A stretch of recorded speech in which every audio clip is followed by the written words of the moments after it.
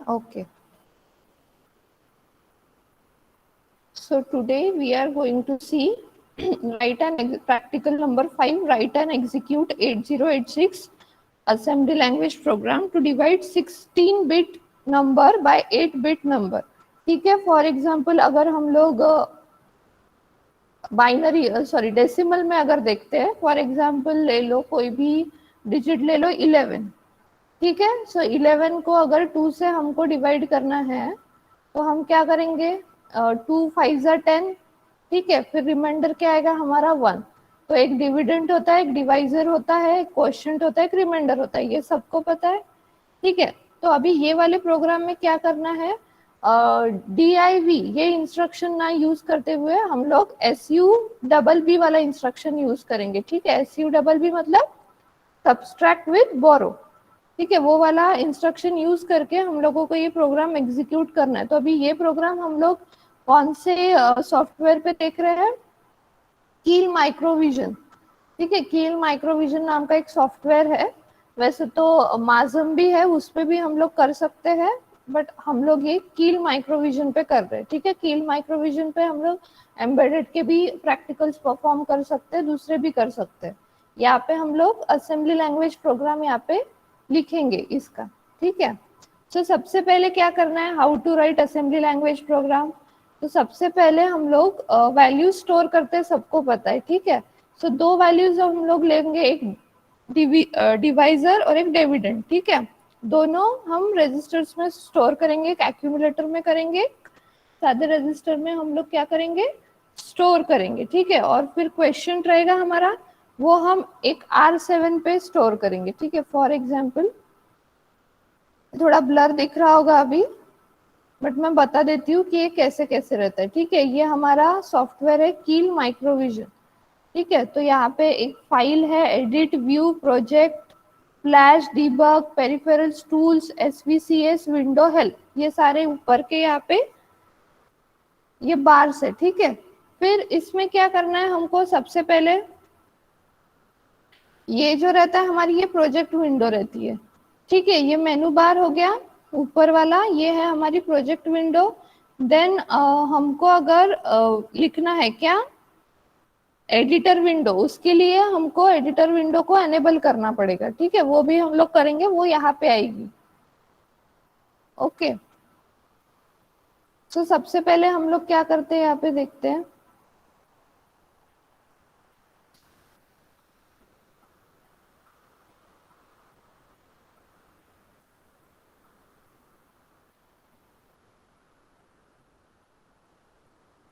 हाँ, सबसे पहले हम लोग कहाँ जाएंगे, प्रोजेक्ट में, ठीक है। अभी हमको एक न्यू प्रोजेक्ट यहाँ पे रन करना है, तो सबसे पहले हम लोग जाएंगे प्रोजेक्ट में, ठीक है। फिर प्रोजेक्ट में जाने के बाद हम लोग क्या करेंगे, न्यू माइक्रोविजन प्रोजेक्ट सिलेक्ट करेंगे, ओके। फिर फाइल को नाम देंगे, फॉर एग्जांपल यहाँ पे अगर हम लोग डिवीजन का देख रहे हैं प्रोग्राम, तो डिवीजन इसको नाम दे दिया और सेव कर लिया, ठीक है। Now we have to choose device, ठीक है। डिवाइस हम लोग यहाँ पे माइक्रोचिप यूज करेंगे और वेंडर, एक डिवाइस और एक वेंडर, ये हमको यहाँ पे सिलेक्ट करना पड़ेगा। ये प्रोसीजर है, कोई भी प्रोग्राम एग्जीक्यूट करना है हमको ये सॉफ्टवेयर में, तो इसकी ये प्रोसीजर है कि कैसे कैसे हमको क्या क्या करना है, ठीक है। ये नहीं करेंगे तो हमारा प्रोग्राम एग्जीक्यूट नहीं होगा प्रॉपरली, क्योंकि फिर उसको पेरिफेरल्स नहीं मिलेंगे, peripherals in the sense signals नहीं मिलेंगे, या फिर वो बराबर से कौन सा वेंडर है कौन सा डिवाइस है वो कैच नहीं कर पाएगा, ठीक है। क्योंकि बहुत सारे रहते हैं हमारे, 8086 रहता है, 8081 रहता है, तो ऐसे अलग अलग माइक्रो प्रोसेसर, तो हमको कौन सा लेना है, ठीक है। वो चूज करने के लिए हम लोग डिवाइस और वेंडर कौन सा चाहिए हमें, जो कि कंपैटिबल रहेगा हमारे ये 8086 के प्रोग्राम से, वैसे वाला हम लोग वेंडर चूज करेंगे और डिवाइस चूज करेंगे यहाँ पे, ठीक है। यहाँ पे देखो, यहाँ पे लिखा रहता है वेंडर डिवाइस, ये थोड़ा ब्लर है अभी, लेकिन समझ लो, कॉपी में लिख लो अगर नहीं ये हो रहा है तो। यहाँ पे देखो सर्च करेंगे 8089C51EX02, ठीक है। इसको हम सर्च करेंगे यहाँ पे, तो ये हमको मिल जाएगा, और इसको क्या करेंगे, सिलेक्ट करेंगे, ओके। और सिलेक्ट करने के बाद क्या करेंगे, ओके। ठीक है, तो यहाँ पे हमारे एक टारगेट आ जाएगा यहाँ पे प्रोजेक्ट विंडो पे। ठीक है, फिर प्रोजेक्ट विंडो पे एक टारगेट आ गया। फिर इसके बाद हम लोगों को ये टारगेट में ये फाइल क्या करनी पड़ेगी, लिंक करनी पड़ेगी या फिर इसमें इंसर्ट करनी पड़ेगी। ठीक है, ये फाइल कौन सी, जो हम डिवीजन की फाइल जो हमने सेव की थी अभी स्टार्टिंग में, क्या किया था, प्रोजेक्ट में गए थे, न्यू प्रोजेक्ट किया था, फिर उसको डिवीजन नाम दिया और सेव किया। ठीक है, उसको एक्सटेंशन देना पड़ेगा। ठीक है, कि किस में लिख रहे हैं हम लोग, यहाँ पे अलग अलग प्रोग्राम, हम एम्बेडेड का प्रोग्राम भी लिख सकते हैं, अलग अलग प्रोग्राम लिख सकते हैं। सो to specify that in which language we are writing this program, we have to give their extension. For example, यहाँ पे हम लोग assembly language program में दे रहे हैं, so हमको .asm ये वाला extension वहाँ पे देना पड़ेगा। ठीक है, so उसके लिए हम लोग क्या जाएंगे, टारगेट पे जाएंगे। ठीक है, एडिटर विंडो पहले हम अनेबल कर लेंगे। ठीक है, कहाँ पे जाके, फाइल। ठीक है, और वहां पे ऑप्शन आता है फाइल न्यू। ठीक है, फाइल में जाने के बाद वहां पे ऑप्शन आएगा न्यू। ठीक है, ये न्यू यहाँ पे एक ऑप्शन आता है, वो न्यू पे हम क्लिक करेंगे तो हमारी जो एडिटर विंडो है वो हमको एनेबल हो जाएगी। ठीक है, हम लोग अभी यहाँ पे प्रोग्राम लिख सकते हैं। ठीक है, फॉर एग्जाम्पल ये देखो, ये प्रोग्राम ऑलरेडी यहाँ पे लिखा हुआ है, डंप किया हुआ है, डंप नहीं, लिखा हुआ है ऑलरेडी। ठीक है, कौन सा, डिवीजन का। सो नाउ अब हम करेंगे, क्या करेंगे, जो हमारा टारगेट है उसमें हमको लिंक करना है हमारी ये फाइल, इसीलिए हम लोग उसमें और जो फाइल का टाइप है वो सेव करेंगे as extension .asm। Okay, so we are going to file save as.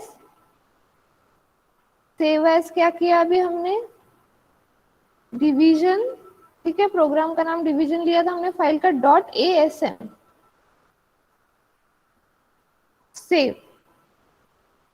Okay, ये सेव कर ली फाइल। ठीक है, तो अब देखो ये जो प्रोग्राम का कलर है वो चेंज हो जाएगा।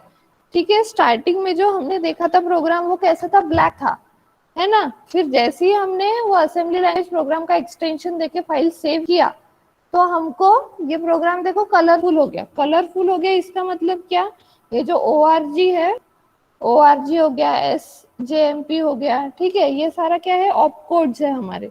ठीक है, तो ऑप कोड्स जो भी रहेंगे वो कौन से कलर में रहेंगे, ब्लू कलर में रहेंगे। ओके, ये वाला प्रोग्राम मैं बाद में लिखवा के दे दूंगी बोर्ड पे, अभी नहीं दिख रहा है तो। ठीक है, देन जो डेटा है हमारा, ठीक है, ये जैसे ये हो गया 00H। ठीक है, ये जो भी रेड कलर में दिख रहा है ये क्या हो गया हमारा, FD। देखो ये FD है, ये कुछ भी नहीं दिख रहा है। ठीक है, मैं बोर्ड पे लिखवा के दे देती हूँ, अभी सिर्फ एक्सप्लेन कर देती हूँ कि सॉफ्टवेयर में हम कैसे चलाते हैं करके प्रोग्राम। ठीक है, तो वो किस, कौन से कलर में रहता है, रेड कलर में रहता है। और जो रजिस्टर्स रहते हैं, लेबल्स रहते हैं। ठीक है, रजिस्टर्स हो गए ये R1 R2 R3, ये लेबल हो गया। फॉर एग्जाम्पल रिपीट, A मतलब क्या, एक्यूमुलेटर होता है, R मतलब क्या, रजिस्टर्स होते हैं।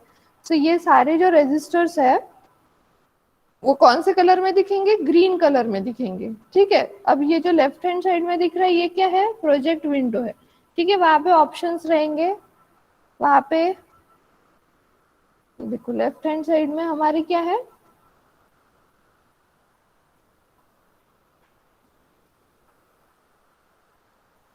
प्रोजेक्ट विंडो है। ठीक है, टारगेट में हम लोग राइट क्लिक करेंगे, ओपन टारगेट। ठीक है, सो यहाँ पे क्या करेंगे हम लोग, इसकी एक क्रिस्टल फ्रीक्वेंसी रहती है वो हमको वहां पे पुट करनी पड़ती है टू एग्जीक्यूट माइक्रो प्रोसेसर्स। ठीक है, जो भी माइक्रो प्रोसेसर्स है उसकी क्रिस्टल फ्रीक्वेंसी रहती है 11.0591। ठीक है, सो उसको एग्जीक्यूट करने के लिए हम लोग वहां पे क्या करेंगे, उसकी क्रिस्टल फ्रीक्वेंसी पुट करेंगे। ठीक है, ये सब डिफाइंड रहता है, मतलब ऐसा जरूरी नहीं है 11 ही क्यों डाली, 12 ही क्यों डाली, ये डिफाइंड है। ठीक है, इसकी क्रिस्टल फ्रीक्वेंसी सो हमने डाली है 11.0591। ठीक है, ये इसकी यहाँ पे पुट कर दी crystal frequency. After this in the third tab, ये जो ऊपर दिख रहा है हम हमारे अलग अलग ऑप्शंस, यहाँ पे एक आउटपुट वाला ऑप्शन है, ठीक है, वहां पे क्रिएट फाइल में हम जाएंगे और ओके करेंगे। क्यों? क्योंकि हमको हेक्स फाइल लेनी है, क्रिएट हेक्स फाइल। ये हम क्योंकि हमको आउटपुट में हेक्साडेसिमल फाइल दिखनी चाहिए, इसीलिए हम लोग ये यहाँ पे हेक्स फाइल यूज कर रहे हैं, ठीक है। तो आउटपुट में गए हम लोग, ये देखो यहाँ पे क्रिएट हेक्स फाइल करके है, वो हमने चूज कर लिया ना, ओके कर लिया, ठीक है। So we will now get output in hexadecimal, ठीक है।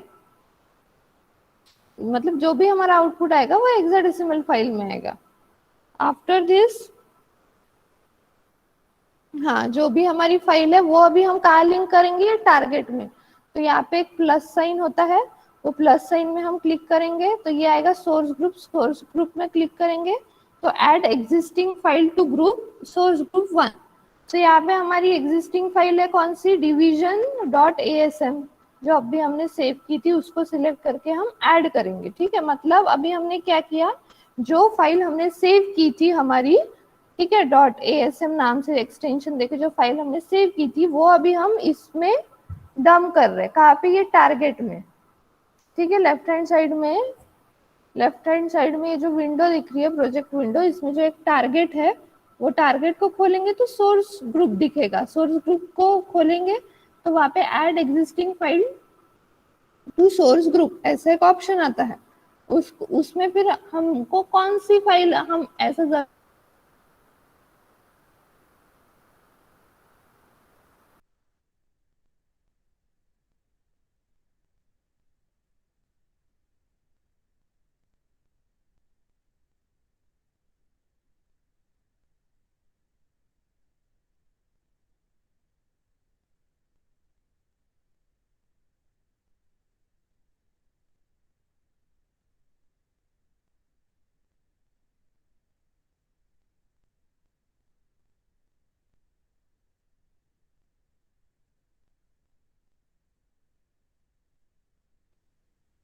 एक minute,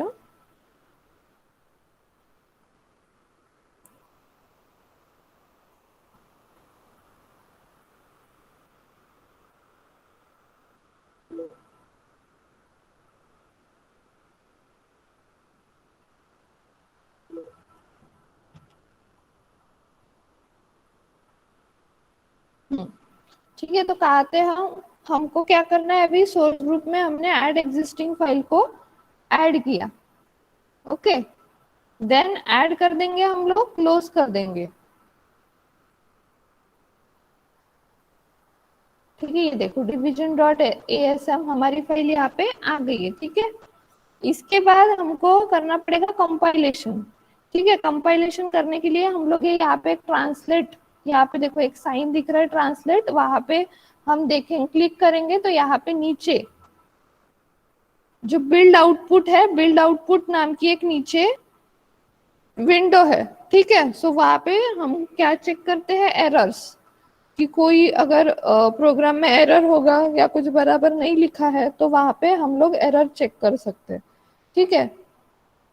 then to complete the process we have to debug it, ठीक है। सो डीबग करने के लिए फिर हमारे पास एक तो F11 है, ठीक है, या तो फिर ये थर्ड ऑप्शन दिख रहा है यहाँ पे ऊपर, एक मिनट, ये बिल्ड ऑप्शन के लिए सेकेंड वाला है, ठीक है। बिल्ड कर लिया, उसके बाद नाउ रीबिल्ड, ये थर्ड वाला ऑप्शन है रीबिल्ड का, ठीक है। बिल्ड कर लिया फॉर लिंकिंग द फाइल, ठीक है, जो भी है हमको एरर्स वगैरह देखने हैं। फिर उसके बाद हम लोग क्या करेंगे, डीबग करेंगे। तो डीबग करने के लिए ये देखो ऊपर एक टैब है डीबग, उसमें जाएंगे और ओके करेंगे तो ये डीबग होके आ जाएगा हमारे पास। we have to click on F11, F11 click कर सकते हैं हम लोग, या फिर ऊपर देखो ये टैब में हमको ऑप्शन गिव रहता है, ठीक है। इसको क्लिक क्लिक करेंगे हम लोग, ये जो बार है ये नेक्स्ट नेक्स्ट हो जाता है। सबसे पहले आपका ये देखो एरोस दिख रहे दो, एक मिनट,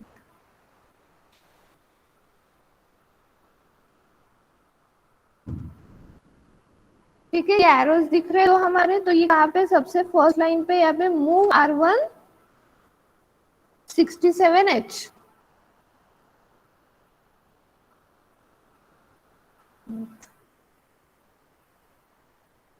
मूव R1 67H पे है ये फर्स्ट, मतलब ये क्या है, ये जो डेटा है हमारा ये कहाँ पे मूव होगा, रजिस्टर R1 में, ठीक है।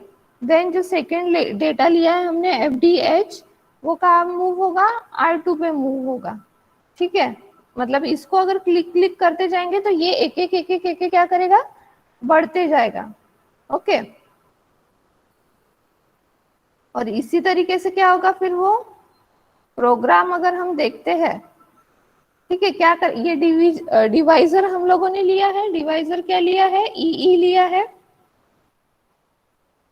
और जो 67H है जो फर्स्ट हमारा डेटा है वो हमारा 16 बिट का है, ठीक है, और डिवाइजर हमारा 8 बिट का है। जो हमने लिया है ई, यहाँ पे दिख नहीं रहा है, मैं अभी बोर्ड पे लिख के देती हूँ, ठीक है। और जो R7 है, हमने R7 क्यों लिया है, फॉर क्वेश्चन, ठीक है, उसके लिए हमने R7 दिया है। अब देखो आउटपुट हम लोग कहाँ पे देखते हैं, ये जो लेफ्ट हैंड साइड में दिख रहा है ये सारे रजिस्टर्स है, ठीक है, जैसे एक्यूमुलेटर हो गया, बी रजिस्टर हो गया, स्टैक पॉइंटर हो गया, ये भी, ये इनिशियली सारे जीरो पे रहेंगे। जैसे ही हमने डिबग किया, डिबग करने के बाद ये सारे जो है जितने भी ये सारे जीरो पे रहेंगे। फिर जैसे हम लोग इसको ये क्लिक क्लिक क्लिक करते जाएंगे, वैसे ये एरो जो है वो मूव होते जाएगा और एक एक स्टेप जो है वो परफॉर्म करते जाएगा प्रोग्राम, ठीक है। तो जैसे कि वो अभी फॉर एग्जांपल फर्स्ट डेटा है वो R1 में स्टोर करना है, तो वो स्टोर करेगा, तो फिर वो वैल्यू कहाँ पे आ जाएगी, देखो यहाँ पे आ गई 67 R1 पे, ठीक है। फिर नेक्स्ट वैल्यू उसको लेना है FD, वो R2 में स्टोर करना है, तो नेक्स्ट वो करेगा, तो ये वैल्यू इधर, मतलब ऐसे एक एक करके वो सारी वैल्यूज क्या करेगा, स्टोर करेगा, और जो हमारा प्रोग्राम है वो एग्जीक्यूट करेगा, ओके। और जो भी हमारा फिर आंसर है, क्या आंसर क्या किस में रहेगा हमारा, क्वेश्चन में रहेगा, है ना, जो भी हमारा क्वेश्चन में आता है, जो भी वैल्यू, फॉर एग्जांपल हम लोग 11 ले रहे हैं, 11 डिवाइडेड बाय 2 कर रहे हैं, रिमाइंडर 1, लेकिन जो ऊपर वाला आंसर है वो क्या रहेगा, 5, ठीक है। तो 5 क्या हो गया हमारा, क्वेश्चन हो गया, कहाँ पे स्टोर होगा, R7 में। तो अभी देखो ये जीरो है क्योंकि वो स्टेप तक कभी पहुंचा ही नहीं है ये, ठीक है। तो वो जैसे जैसे एक एक स्टेप परफॉर्म होगा, ठीक है, तो यहाँ पे ये सब SU डबल बी मतलब सब्सट्रैक्ट विद बोरो। अभी यहाँ पे सब्सट्रैक्ट क्या कर रहा है वो, जो भी फॉर एग्जांपल अगर 2 हमने लिया, 2 5 जा 10, ठीक है, और डिविडेंड लिया 11, तो 11 माइनस 10 हमको करना पड़ेगा, है ना। अगर सब्सट्रैक्ट किया हमने, सब्सट्रैक्ट करने के बाद अगर 0 आता है फॉर एग्जांपल हमारा, तो प्रोग्राम वहीं पे स्टॉप हो जाएगा, है ना। लेकिन अगर रिमाइंडर में कुछ आता है तो वो फिर से रिपीट कर जाएगा, ये यहाँ पे जो रिपीट लिखा है क्लियर सी, यहाँ पे वो फिर से जंप करेगा, ठीक है। फिर इसके बाद अगर हाँ नहीं ठीक है, छोटी वैल्यू से तो हम डिवाइड ही नहीं करेंगे उसको, है ना, 16 बिट को 8 बिट से कर रहे हैं, तो जो भी हमारा रिमाइंडर आएगा फिर से वो जंप करेगा, ठीक है। फिर जंप इफ कैरी का है, जंप इफ कैरी मतलब अगर रिमाइंडर आता है हमारा तो फिर से क्या करेगा, वो जंप करेगा, अदरवाइज जो है 0 आ गया वो हमारा वहां पे खत्म हो जाएगा प्रोग्राम, ठीक है। फिर जो भी हमारे यहाँ पे आंसर्स आ रहे हैं वो उन्होंने एक्यूमुलेटर में क्या कर लिए, मूव कर लिए और स्टोर कर लिए, ठीक है, बस हो गया। सो ये ऐसा हम लोग सॉफ्टवेयर में यूज करते हैं, क्या लिखते हैं, क्या assembly language programme for any, जो भी करना है, सब्ट्रैक्शन करना है, डिवीजन करना है, एडिशन करना है, मल्टीप्लिकेशन करना है। So to perform various operations we are using this software called Keil Microvision, okay. अभी एक मिनट,